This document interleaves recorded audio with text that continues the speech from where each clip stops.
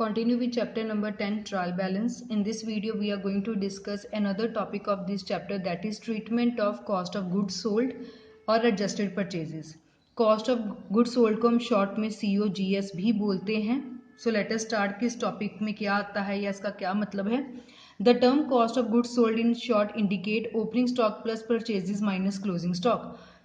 Cost of goods sold का आपको formula given है कि इसमें जितना भी हमारा ओपनिंग स्टॉक होगा हम उसमें साल के दौरान वाली परचेजेस को प्लस कर देंगे, देन जो साल के एंड में क्लोजिंग स्टॉक है वो रह जाएगा. तो इसका क्या मतलब होता है, कॉस्ट ऑफ गुड्स सोल्ड. मतलब आपने साल के दौरान किस कॉस्ट के ऊपर गुड्स को बेची. ठीक है, जो ओपनिंग स्टॉक था जितना आपने परचेज किया उसके बाद जो आपके पास लास्ट में बच गया, जो इसका बैलेंसिंग आएगा, that is COGS. Hence, when cost of goods sold is stated in the balances, it indicate that opening stock has already been added to purchases and closing stock has been deducted from purchases.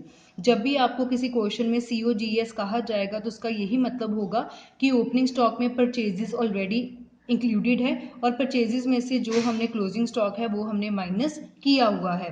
तो उसके बाद जो balance आया वो हमारी COGS है, जिसमें already opening stock, purchases और क्लोजिंग स्टॉक को हमने एडजस्ट किया हुआ है.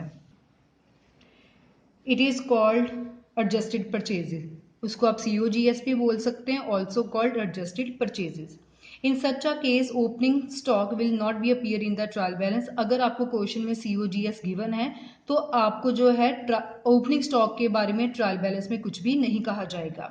Even if the closing stock is given, but by chance अगर आपको ओपनिंग स्टॉक के बारे में इंफॉर्मेशन गिवन होती है, it will not be shown in the trial balance. उसको हम ट्रायल बैलेंस में नहीं दिखाएंगे क्योंकि ऑलरेडी इसमें एडजस्टेड है.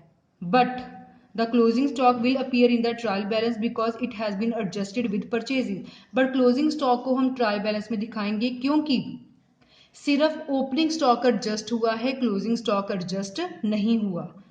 It is not longer an item outside the trial balance. इसको हम ट्रायल बैलेंस के बाहर नहीं दिखाएंगे, it will be included in the trial balance. Clear. So अगर हम इसके क्रक्स में देखें, अगर आपको क्वेश्चन में COGS गिवन है तो आपने ओपनिंग स्टॉक कभी भी नहीं लिखना, ठीक है, बट आपने जो क्लोजिंग स्टॉक है वो लिखना है. क्लियर है. क्लोजिंग स्टॉक फिर ट्रायल बैलेंस का हिस्सा बनेगा. इसको हम कभी भी ट्रायल बैलेंस के बाहर नहीं लिखेंगे जैसे हम नॉर्मल क्वेश्चन में करते हैं. बट अगर क्वेश्चन में COGS लिखा है तो you have to write closing stock in the trial balance. But opening stock नहीं आएगा क्योंकि हम मान के चलते हैं कि जो आपको परचेजेस गिवन है उसमें ओपनिंग स्टॉक पहले से ही एडजस्ट हो चुका है. Now we will discuss one question of back exercise related to topic COGS or adjusted purchases. So question number 7th is, from the following balances prepare trial balance as on 31st March 2018. आपको trial balance बनाने के लिए बोला गया है 31st March 2018 और आपको कुछ आइटम्स गिवन है. फॉर्मेट मैंने पहले ही रेडी करके रखा हुआ है. Serial number, heads of account, debit and credit. सबसे पहले COGS लिखा है 1,50,000 का. कॉस्ट ऑफ गुड्स सोल्ड ये हमारे opening stock purchases minus closing stock को बताती है. अल्टीमेटली स्टॉक के बारे में इंफॉर्मेशन गिवन है इसलिए हम इसको एसेट मानेंगे और एसेट का बैलेंस हमेशा डेबिट साइड आता है. सो हमने लिख लिया COGS का कॉस्ट ऑफ गुड्स सोल्ड का बैलेंस डेबिट में 1,50,000. Then it is closing stock. अब क्वेश्चन में COGS गिवन है तो मतलब आपको क्लोजिंग स्टॉक भी लिखना पड़ेगा जैसे हमने पहले डिस्कस किया. सो क्लोजिंग स्टॉक है तो ये हमारा स्टॉक ही. सो स्टॉक को है वो भी हमारे लिए एसेट है, उसका डेबिट बैलेंस होगा 40,000. Then it is debtors, asset है, डेबिट बैलेंस होगा. क्रेडिटर्स लाइबिलिटी है, क्रेडिट बैलेंस होगा. सो डेटर एसेट है, एसेट बैलेंस हो गया. क्रेडिटर लाइबिलिटी है, क्रेडिट बैलेंस हो गया. इसके बाद है फिक्स्ड एसेट्स. एसेट्स हैं तो डेबिट बैलेंस होगा. सो डेबिट में लिख लिया 50,000.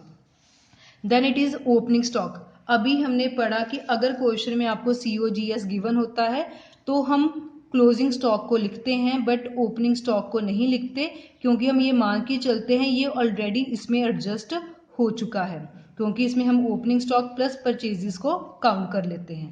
क्लियर है. देन इट इज, सो इसको हम स्किप कर देंगे. Next is salaries 15,000. सैलरी खर्चा है, डेबिट साइड आएगा. ऑफिस एक्सपेंसेस खर्चा है, डेबिट साइड आएगा. सो सैलरीज हमने लिख ली, डेबिट साइड खर्चा है. ऑफिस एक्सपेंस खर्चा है, डेबिट बैलेंस आ गया। Then it is sales, sales हमारे लिए इनकम होती है, क्रेडिट बैलेंस होगा, सेल्स इनकम है, क्रेडिट बैलेंस हो गया 2 lakh. Then it is capital, capital भी एक लाइबिलिटी है, उसका क्रेडिट बैलेंस होगा, सो कैपिटल का भी बैलेंस लिख लिया, क्रेडिट 90,000। सो सारी आइटम्स हमने लिख ली डेबिट और क्रेडिट में। लास्ट में हम इसका टोटल करते हैं, और अगर डेबिट साइड का टोटल करें तो ये बन रहा है 3,20,000। सिमिलरली क्रेडिट साइड भी बन रहा है 3,20,000। दोनों साइड इक्वल आ रही हैं, मतलब ट्रायल बैलेंस मैच हो रहा है, लेजर अकाउंट की इन्फॉर्मेशन बिल्कुल सही है। ठीक है, आपने बस एक बात ध्यान रखना है, अगर आपको क्वेश्चन में COGS और एडजस्टेड परचेजेस के बारे में इंफॉर्मेशन गिवन है, देन जो है ओपनिंग स्टॉक को हम कभी भी नहीं लिखेंगे, क्योंकि माना जाएगा ये ऑलरेडी एडजस्टेड है। बट अगर आपको सेपरेटली क्लोजिंग स्टॉक क्वेश्चन में गिवन है, फिर आप इसको ट्रायल बैलेंस में लिखोगे। Clear? So this was about question number 7 of trial balance, in which we discussed about treatment of cost of goods sold, also known as adjusted purchases.